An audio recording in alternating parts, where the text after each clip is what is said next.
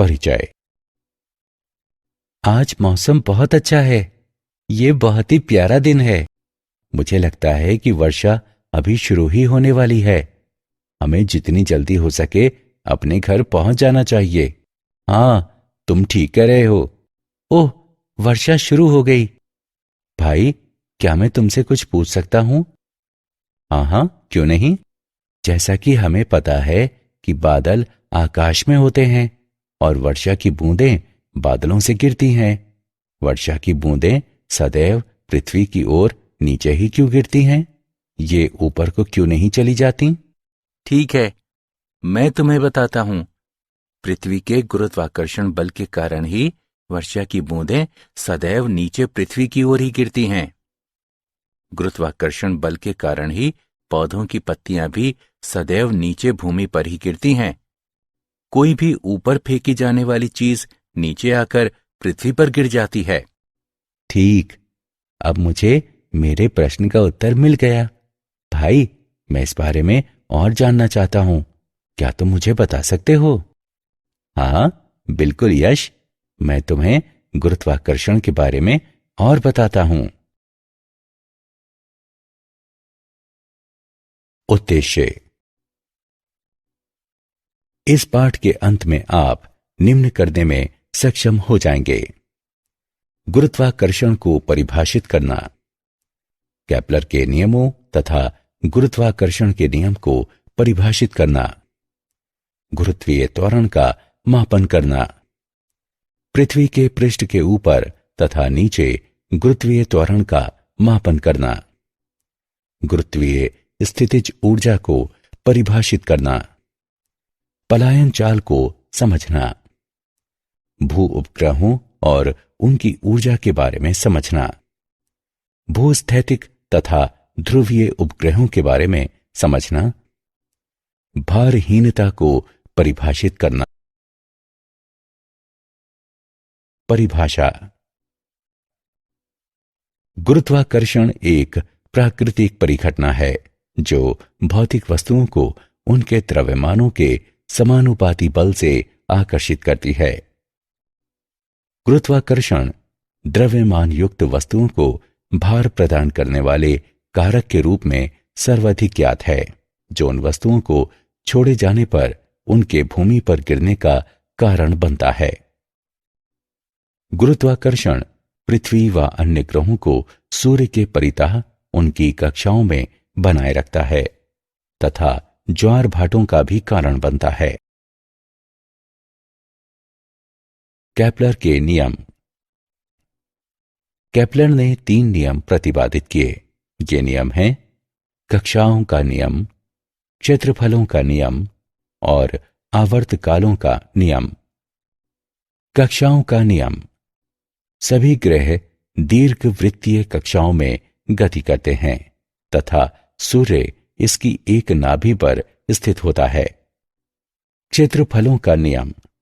सूर्य से किसी ग्रह को मिलाने वाली रेखा समान समय अंतरालों में समान क्षेत्रफल प्राप्त करती है। यह नियम इस प्रेक्षण के आधार पर बनाया गया है कि सूर्य से अधिक दूरी होने पर होने के समय ग्रह धीमी गति करते प्रतीत होते हैं, जबकि सूर्य के निकट होने पर ग्रहों की गति अपेक्षाकृत तीव्र हो जाती है। आवर्तकालों का नियम। किसी ग्रह के परिक्रमण काल का वर्ग उस ग्रह द्वारा अनुरेखित दीर्घवृत्त के अर्ध दीर्घ अक्ष के घन के अनुक्रमानुपाती होता है। माना कि t सूर्य के परितः परिक्रमण की अवधि है तथा r सूर्य एवं ग्रह के बीच की माध्य त्रिज्या है। t वर्ग अनुक्रमानुपातिक है r घन के। t वर्ग बराबर है kr घन के। गुरुत्वाकर्षण का सार्वत्रिक नियम। न्यूटन के गुरुत्वाकर्षण के नियम के अनुसार इस विश्व में प्रत्येक कण दूसरे कण को एक बल द्वारा आकर्षित करता है, जिसका परिमाण दोनों कणों के द्रव्यमानों के गुणनफल के अनुक्रमानुपाती तथा उनके बीच की दूरी के वर्ग के व्युत्क्रमानुपाती होता है। इस बल की दिशा दोनों कणों को मिलाने वाली रेखा के अनुदिश होती है। r दूरी से पृथक किए गए m1 और m2 द्रव्यमानों वाले दो कणों के लिए F बराबर gm1 m2 बटे r वर्ग है। नियतांक g गुरुत्वाकर्षण का सार्वत्रिक नियतांक कहलाता है। गोलीय पिंड में कुल द्रव्यमान इसके केंद्र पर संकेंद्रित माना जाता है।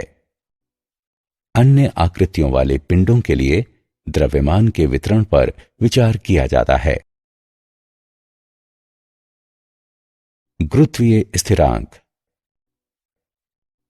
नियतांक g गुरुत्वाकर्षण का सार्वत्रिक स्थिरांक कहलाता है। गुरुत्वीय स्थिरांक का सार्वत्रिक मान निम्न द्वारा व्यक्त होता है। g बराबर 6.67 गुणे 10 की घात घटा 11 न्यूटन मीटर वर्ग प्रति किलोग्राम वर्ग है। g का आयामी सूत्र ये होता है।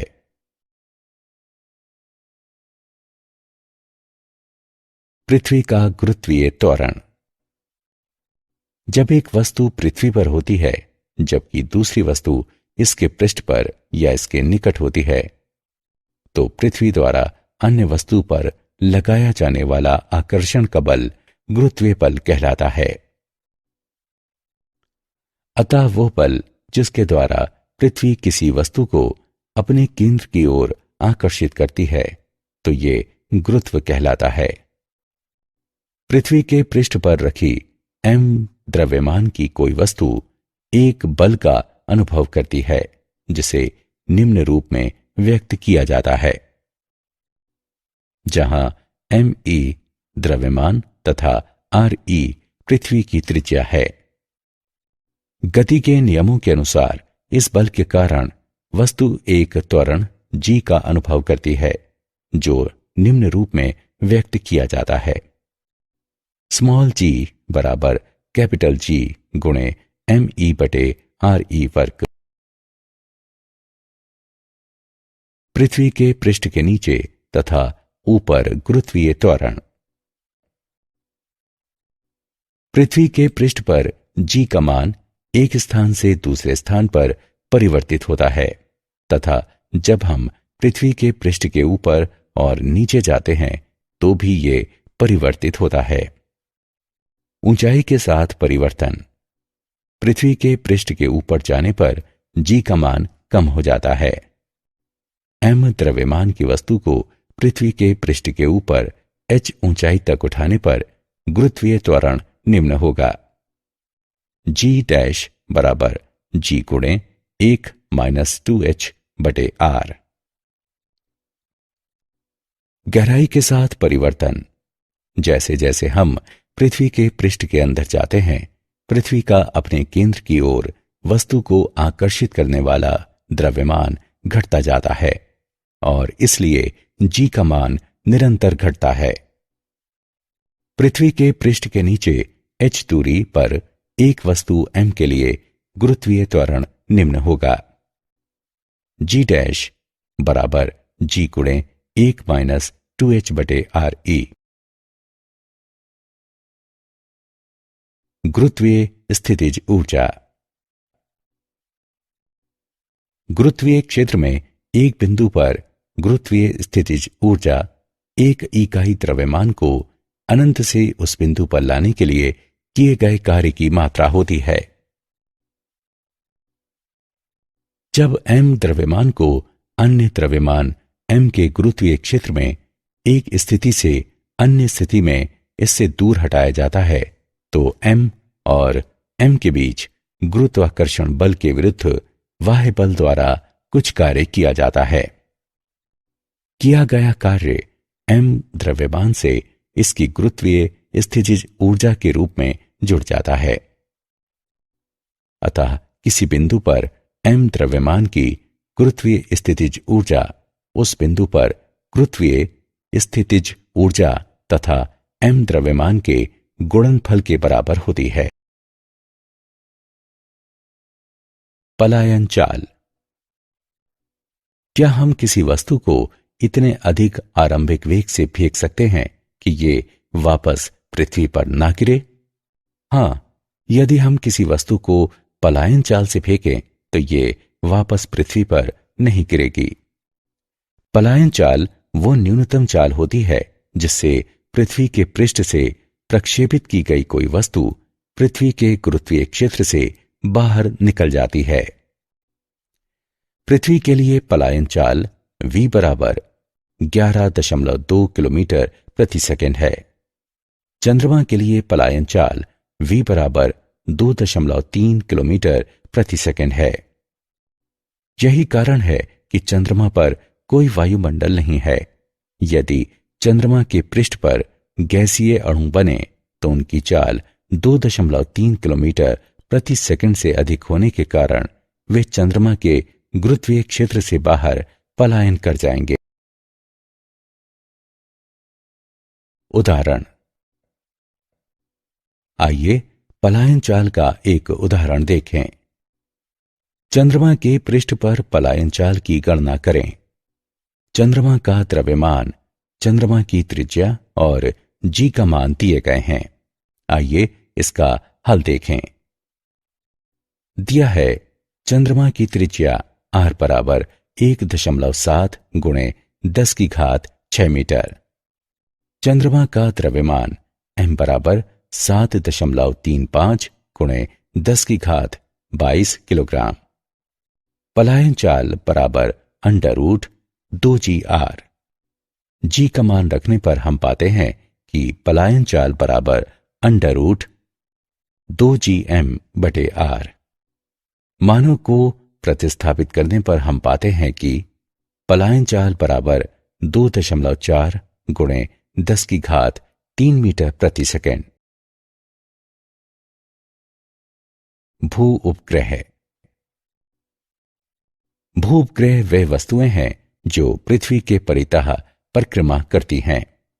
इनकी गति ग्रहों की सूर्य के परितः गतियों के बहुत समान होती हैं और इसलिए केपलर के ग्रहीय गतियों के नियम इन पर भी समान रूप से लागू होते हैं।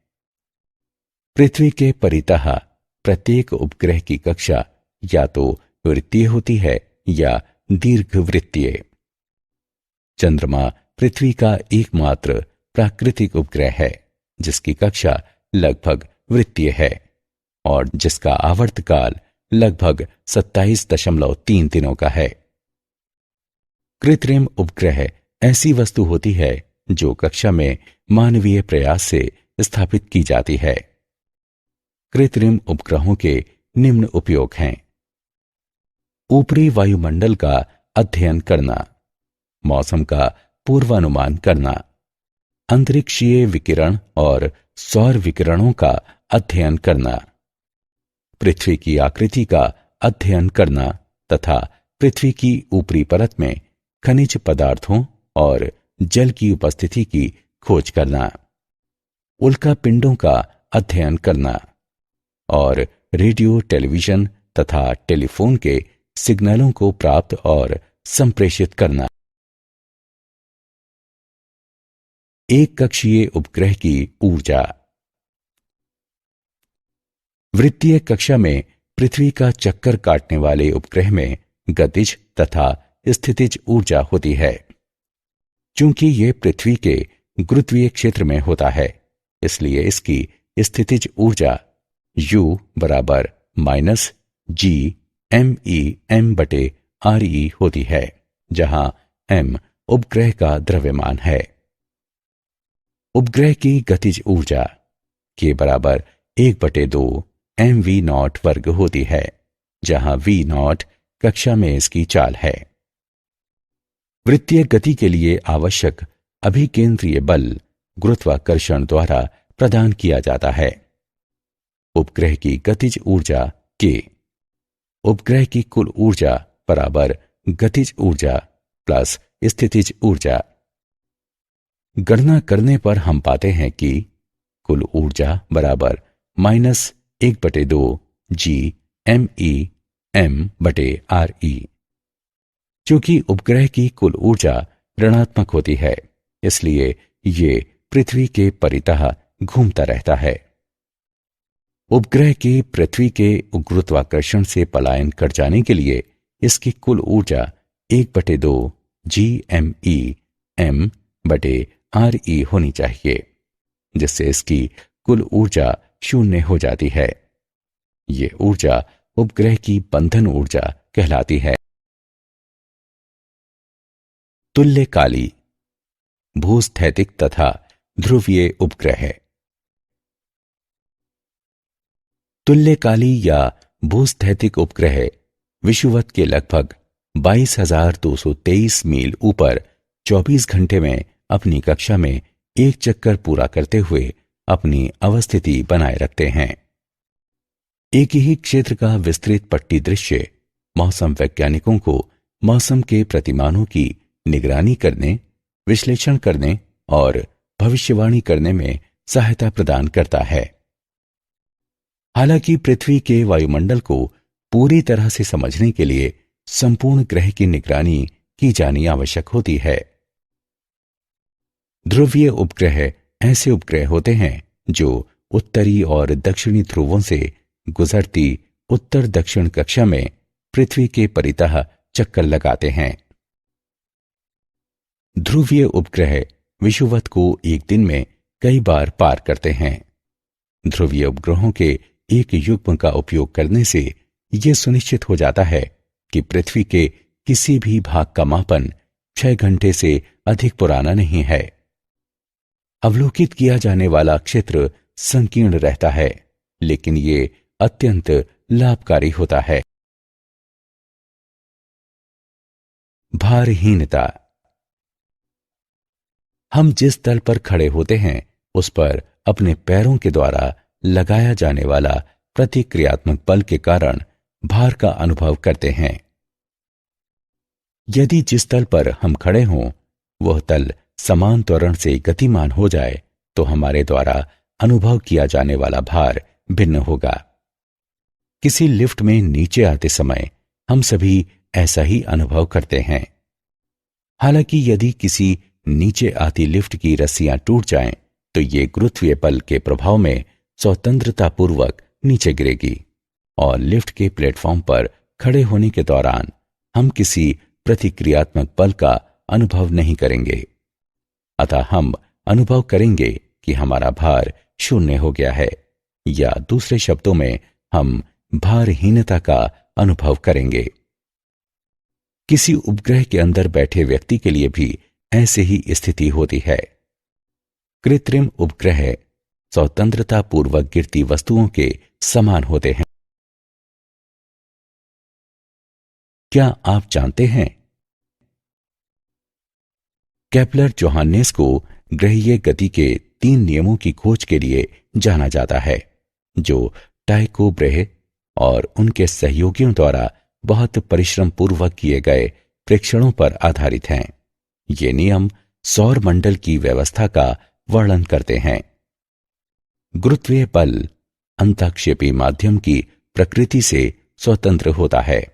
ये अन्य वस्तुओं की उपस्थिति या अनुपस्थिति से भी स्वतंत्र होता है।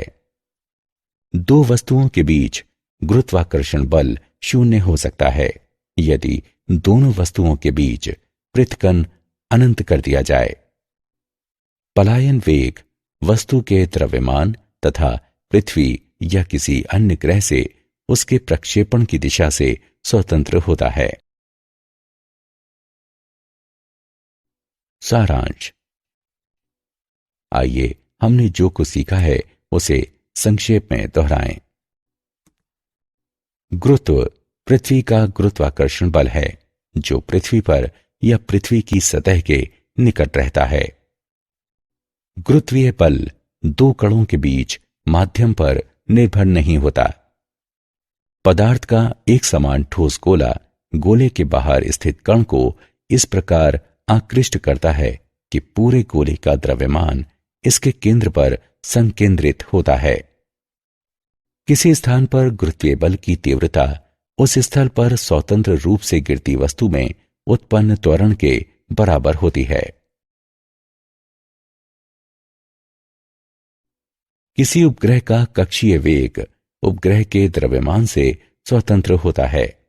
किसी उपग्रह का कक्षीय वेग पृथ्वी या किसी अन्य ग्रह के द्रव्यमान एवं त्रिज्या पर निर्भर करता है, जिसके परितः वह उपग्रह परिक्रमा करता है। भू उपग्रह पृथ्वी के परितः चक्कर काटने वाली वस्तुएं होती हैं। इनकी गति सूर्य के परितः ग्रहों की गति के लगभग समान होती है। ध्रुवीय उपग्रह उत्तर दक्षिण दिशा में कक्षा में घूमते हैं, क्योंकि पृथ्वी पूर्व पश्चिम दिशा में घूमती है। परिणाम स्वरूप उपग्रह पृथ्वी के संपूर्ण पृष्ठ का प्रेक्षण करता है।